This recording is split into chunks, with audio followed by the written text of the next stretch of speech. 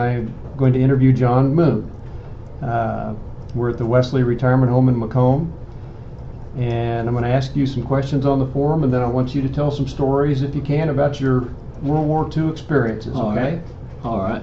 I've heard some of them before, and I hope you can remember anything you remember that you want to talk about. You go right ahead and do it while we're doing the interview. All right. Okay?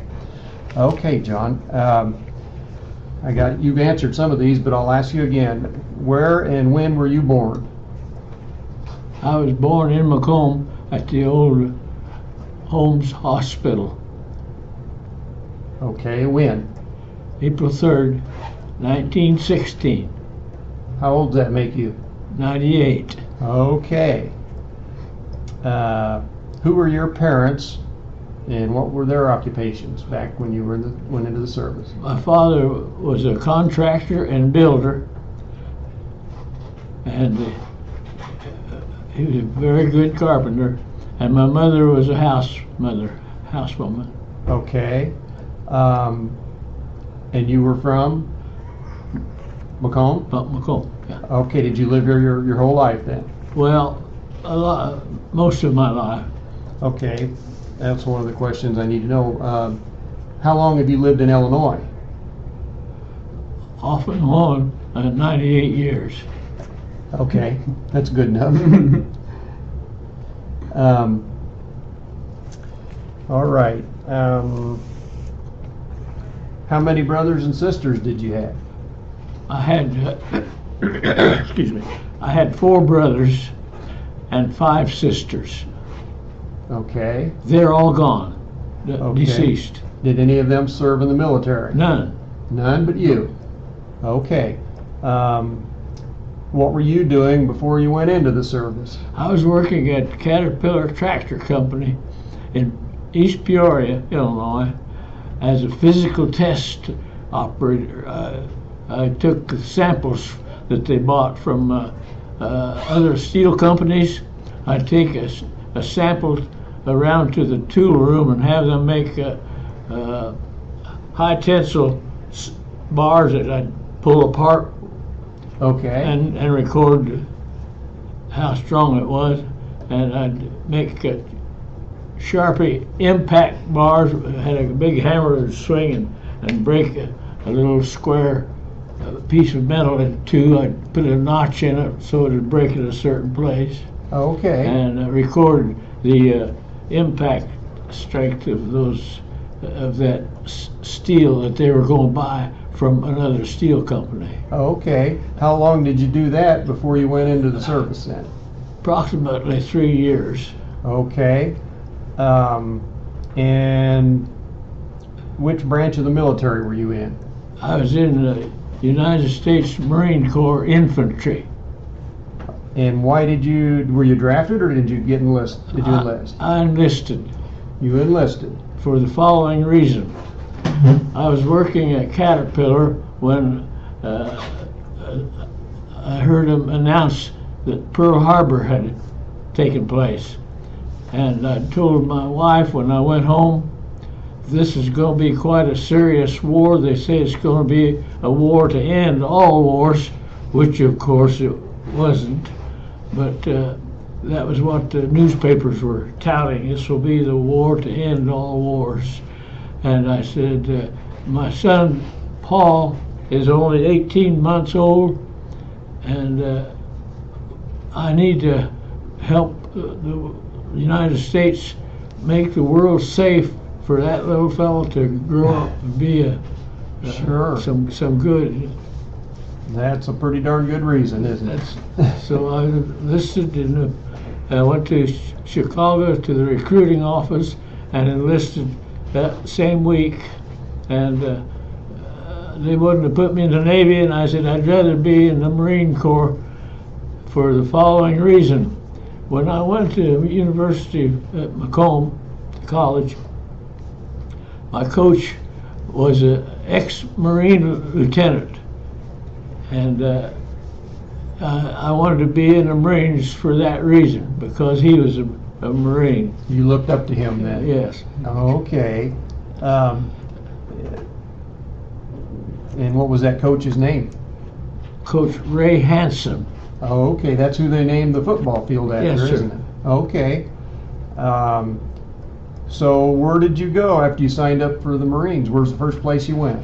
Went to Camp Lejeune, North Carolina, where I took my initial boot training.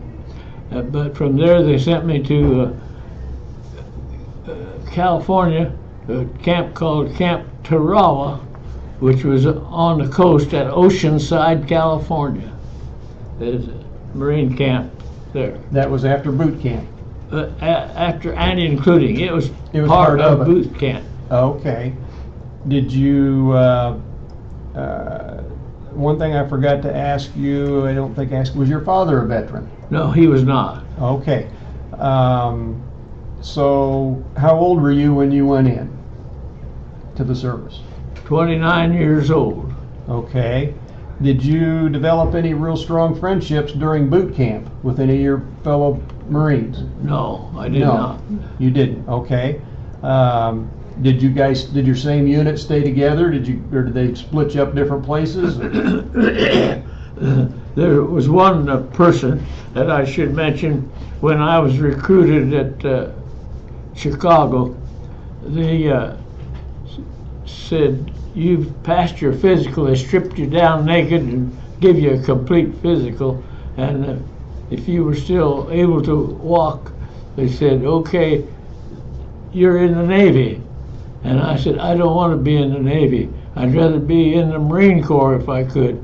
"Okay, go over to see that sergeant by the desk, and that Marine sergeant, and he'll take care of you." So he gave me a number, 930-984, and he said, "You go in that next room next door where all those boys are sitting and wait till your name and number is called, and then we'll take it from there." And when I was in that room, they called my number, 930-984, after which they had called a number, 930-983, Paul Stewart. I perked up. Paul Stewart and I had played football with Coach Hansen just a few months before that. Oh my. And he went in the Marines, and he went, he was a good athlete. He won 4 letters every year that he went to school out there. Okay. Track, football, basketball, and what's the other one? Baseball. Okay. He won a letter at every sport, every year. So he was a good athlete, and they said, "You're such a good athlete, we'll give you, put you in charge of the athletic situation in the Hawaiian Islands. And you, John, you're not so good, we'll put you in the infantry." Okay. Well, that's pretty funny, isn't it? Yeah. Did you ever see him again after that? I never saw him again after that. They took him right out to Hawaiian Islands. Okay, so then you went to California. Yes. And tell me what you did there and how long you were there. In California, they had another Marine camp called Camp Tarawa at Oceanside. Mm-hmm. And boot camp was pretty severe. It was a lot of rigorous training, and I guess I was never in any better shape than I was after I left Oceanside. Okay, so then where did you go? Then I went to the Big Island of Hawaii and continued some more training. And it was kind of like the terrain that we were to be fighting in. The island we went, it resembled some of the terrain we would be going to. Mm-hmm. However, we didn't know that at the time. Sure. Where we would be going, they wouldn't tell us. A couple of questions on here. What do you recall about your instructors? And if you remember any of them specifically, what were they like? I didn't remember them personally, but they were very strict and pretty tough, I guess would be a good word. Okay. And did you receive any specialized training? No, except for the weapon that I carried, which was a Browning automatic rifle, which is the heaviest weapon that an infantryman carries. Okay. It's a semi-automatic rifle. Okay. It wasn't full automatic. It was semi-automatic. Okay. It took some doing, but I could squeeze off one round at a time. But you had to be very, very accurate to do that. Generally, you'd let 2 or 3 rounds go before you could get it stopped. Did you feel comfortable with that weapon going in what was ahead of you? Yes. Okay. It had a flash hider on it, something like that, out on the end, and you'd lay down on the ground and put that bipod out to hold the end of the weapon up so you could zero in on any object you wanted to shoot at. Okay. But when I got to Iwo Jima, I found that it was an obstruction rather than any help, and I took it off. You unscrew the end of it, which you called a flash hider, that held it on, and I took both the flash hider and the bipod, threw them away. Oh, you did? Because I knew that I would never have a chance to lay down on the earth and zero in on anything. Well, you had to fight as you moved. Okay, that makes sense. Just a couple other things back on your training. What'd you think of the barracks and the food and the social life while you were in that training phase? They were very routine, but good. They gave you good food. However, it wasn't as good as I got when I went on ship on the Navy. The Navy had better food than the Marine Corps. Okay. We had boxed food, like a Cracker Jack box. Yeah. Okay. That's K ration, they called it, and that was our main food. When you went to Hawaii, did you see any of the remnants of Pearl Harbor? Yes, but very briefly. The Big Island was a separate island from Oahu, so I didn't get to see too much of Oahu. One weekend, they put us on the ship and took us to Pearl Harbor, and we got to perambulate around a couple of days there. What'd you think of that? That was really quite an experience. Quite an experience. Yeah, I bet it was. Okay, so then you finish your training in Hawaii, and what happens next? From there, they put us on a ship. SSS Leedstown was the name of it. It was converted from just an old usable ship to a ship that had bunks in it. They put in bunks. A troop carrier. Troop ship. It had been converted from whatever ship. What do they do with ships? It's what it had been converted to. Yeah. Okay. And they put us on that ship, and we were on that ship for 45 days in the water. Oh my. And did you know where you were going? Didn't go where we were going for the first 30 days. We found out after we were roaming around the Pacific Ocean for 30 days, they finally told us where we were going. And I meant to bring some maps down with me. I told Dave, and I left them up on the chair. And where did they tell you were going? They said we were going to Iwo Jima, which we never knew anything about. It was a volcanic island, and it was in line. It was in line with the islands that went to Japan. Yes. From Hawaii and on over, and it was owned by the Japanese. The time you were out on the ocean there for 45 days, did you ever see any Japanese planes or ships? Yes, we saw our ship. Our ship would shoot at the airplanes that came and strafed us sometimes on the water. Some Japanese airplanes would come and strafe us, and our 20mm guns would shoot back at them. Did any of your men get hurt? No, Not at that time? if they got hurt, it was slightly, and they were hospitalized. Okay. So then you went you went to Iwo Jima. Yes. And what are your memories of that experience?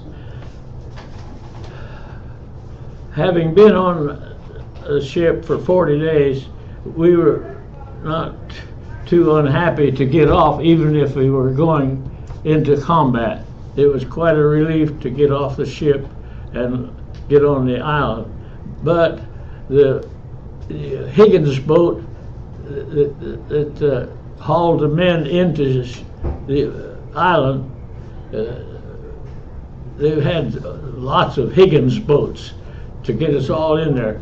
With the one that I was on, when it got close to the Hawaiian Island, to the Iwo Jima, it was so much firepower coming, you could feel bullets go past your face, the air from a bullet. There was a lot of bullets going past, and some of those bullets hit our front end of our Higgins boat, and when we got to the beach, the ramp wouldn't go down. It was stuck because it had been damaged from heavy fire, and it would not go down. So we had to jump over the side of the Higgins boats down into the water with about 80 pounds of stuff on our back to get on the shore. Mm-hmm. And our gunnery sergeant broke his leg when he jumped over, and some of us had to help him up on the shore. So how deep was the water? It was about 3 feet. It wasn't over your head. It was 3 or 4 feet deep. Were they shooting at you at that time? I'll say yes, sir. Okay. Very, very, very. Were you like the first wave to get there, or were you a second wave, or do you know? I was probably the fifth wave. The fifth wave. Yeah. Okay. We were not scheduled to go in on Iwo until the following day, but the word came back to our ship that the fighting was so heavy that they wanted us immediately. So we had to get our gear on, and at 11 o'clock on D-Day, we got in a Higgins boat and went on to Iwo Jima. And 11 o'clock in the day, in the middle of the day. Can you tell me what you saw? a lot of other boats along beside of us, and they were all being fired at from the Iwo Jima. With with machine gun fire or what? 22 caliber, Nambu machine guns fire. Machine guns. Were there any mortars or any artillery? Mortars, a lot of mortars, yes. Okay. I remember one day when I was on the island, they had so many mortars fired at us that it looked like it was raining mortars. And so if you got hit by one, you were dead, of course. And I was not hit, obviously, but a lot of my friends were hit, and I could see them dropping off. Okay. The side. So that first day at about 11 o'clock, you get off. Did you have your Browning automatic rifle with you then? Yes, sir. And you got up on the beach? On the beach, and it was on the beach that I realized that I'd not be able to use that Browning automatic as it was supposed to be used. I would have to use it as I moved along, just shooting from my hip, so to speak. Did you see the enemy when you first got there? Never saw an enemy. Never saw a live Jap while I was on that island. I saw a few dead ones, but I never saw a live Jap. They were all in caves and tunnels, so well hidden that we couldn't see them. Okay. Did you have anything to hide behind on the beach, or did you? No, it was right out in the open. Right out. The only protection from the surface was the hole that the bombers went over, and they bombed that thing for a week before we hit. And those big bombs would pick a crater twice as big as this room, and we could jump in those craters and get some protection from those. However, the Japs had been in those craters as well, and they booby-trapped them. And more than once I came very close to hitting a booby trap, and if I had set it off, I'd have been somewhere else. I wouldn't have been my. there. Wow. So that's kind of the first day. How far did you get up on the shore the first day? Not very far, but that evening we did get from, it was a very narrow part of the island, and that evening we got from the place where we lit to the other side of the island. It was less than half a mile across at that point. Okay. But the island got bigger as it went north. So can you describe that first night there? Did I what? Can you describe the first night you spent on the island then? We had to dig a foxhole, and surprisingly, the ground was of such texture that it didn't cave in on you. I don't know why, but there's just enough moisture, I guess, to hold the earth together. So each one of us would dig his own foxhole. And the first one I dug, I wasn't too pleased with. So I got out of it and started digging another one where I could see better, had a better view of the island ahead. The next morning, when I got up, I discovered that a mortar had lit in this one foxhole that I had earlier. My goodness, somebody was looking out for you, weren't they? Yeah, I guess. So then, what happened the second day? The second day we advanced along the west coast of the island as far as we could, and Under fire at that time too? yes, sir. Were you being fired at during that? Yes, sir. Okay. We were being fired at all the time we were on the island, and we couldn't see where they were firing from. We couldn't see them. I mean, we could see where they were firing from. And we had what they called a flamethrower. A flamethrower throws a plume of burning Gasoline material. or yeah, right. And so we set our flamethrower man up as close as he could get to where we knew the shots was coming from, and he let a few shots go into that opening, and then just a little bit, a Jap came out because he couldn't stand the heat in there anymore. And as soon as he came out, our flamethrower gave him a shot, and that was the end of him. That's the first one I saw killed. Okay. Those flamethrowers They were pretty valuable, weren't they? I don't think we could have taken the island without those flamethrowers. I really don't. They were so well hidden. Sure. And dug in. How'd you feel about seeing your other fellow Marines getting killed and wounded? What was going through your mind? I can't really say it, but I just felt fortunate, I guess, that it wasn't me. Yeah. Kind of in survival mode then, right? Yeah.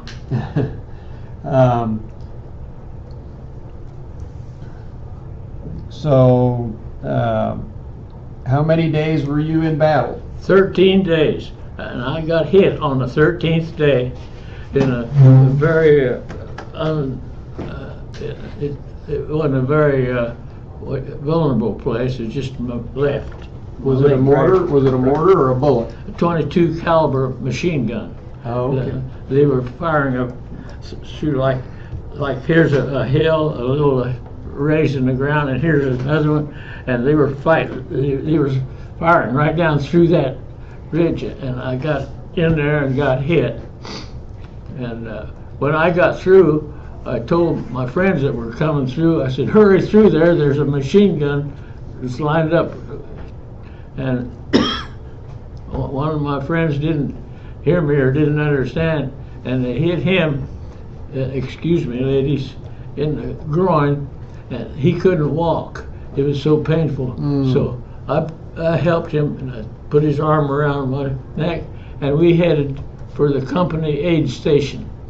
And I'll never know to this day why the Japs let us get to the company aid station without being shot at, but they never shot at us. We had to move slow in that situation. Sure. And were you in a lot of pain? well, just not a lot of pain. But it was bearable. Were you bleeding quite a bit? Bleeding some. I couldn't. I had a battle pack. Each one of us had a little packet, had gauze and stuff in it, and I put that on my leg. But the leg was so big in that spot where I got hit that it wouldn't stay. It kept working down to my knee, and so Sure. when I got to the company station, well, they took care of that. Put something on that would stay. So how far did you have to go to get back to the aid station? Guessing probably less than a mile, but pretty close to a mile. Okay. And then they, And it was on what was designated to be the third airport. There were 3 airports on that little island, and that's why the United States wanted the island in the first place, so that our planes could land and refuel and go on to Japan. yes. So the 2 airfields that were usable came in very handy. Our airplanes used them a lot, but the third one, of course, was not, because it wasn't finished, and that's where I was when I got hit in the leg, up on the 3rd airfield. Okay. So then you got to the aid station, and what happened then? I thought they would fix my leg up and send me back to the front, but they didn't. They fixed me up and sent me back to the beach where we had landed, and put me on a hospital ship, of which there was 11 of us Marines, enough to fill 11 big ships to go back to Pearl Harbor. That many wounded men? There were a lot of wounded men. Oh my. So you went back to Hawaii I then? went back to Hawaii then, And Pearl Harbor. Pearl Harbor. Did you encounter any Japanese on the way back? No. And so then you went back to, how long were you in the hospital then? About a week, I guess. But I was ambulatory. I could walk around all the time. It wasn't a serious wound. But they didn't ever send you back to battle after that? No, then? never did. Where did you go after that? Well, I, of course, I was allowed to wander the hospital. I could go any place in the hospital I wanted. I saw the bulletin board one day that said, if you think you qualify, well, you could go back to the States and become an officer.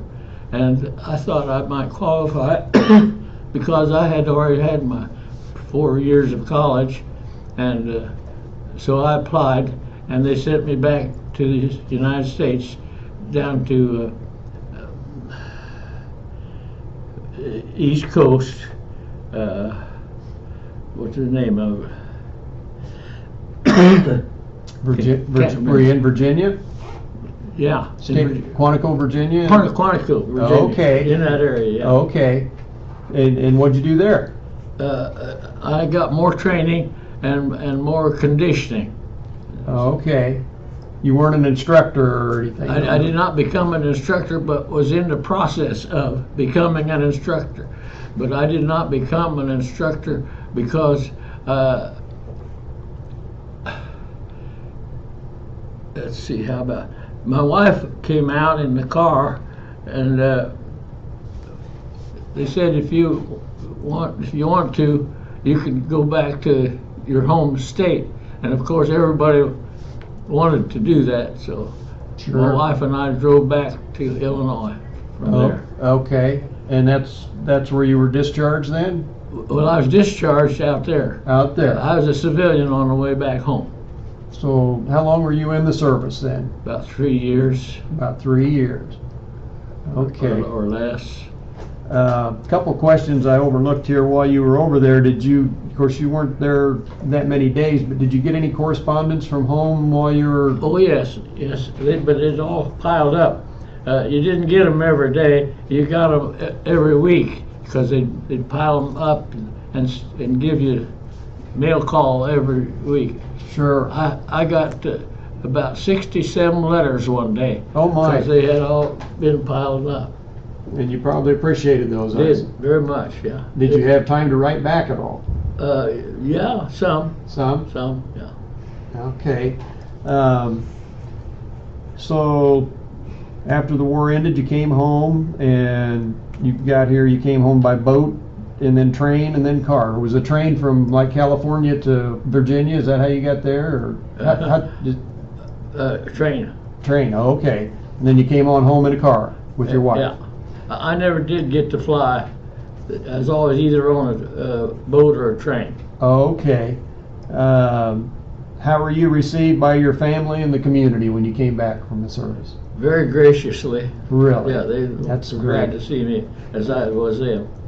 And did you have any trouble readjusting to civilian No. life? No. Have you remained in contact with any of your veterans you were with? No, No. and I haven't. Are you a member of any veterans organizations I now? belong to the VFW and to the American Legion, Okay. both of those.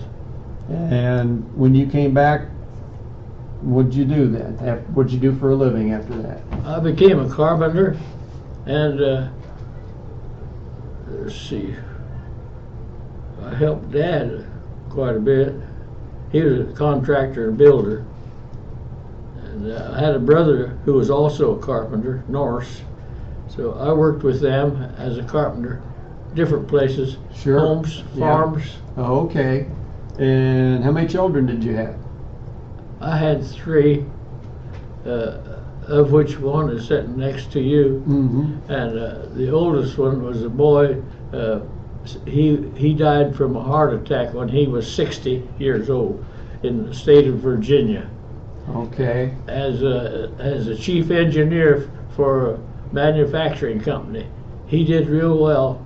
He went to David Rankin in St. Louis for school, and they made an engineer out of him. Okay. He was the chief engineer for Franklin Equipment Company, and they make Caterpillar type equipment.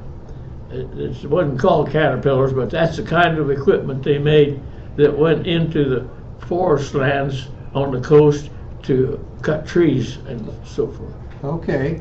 They could take a tree, pick it up, and set it on a truck, whole tree. That's interesting.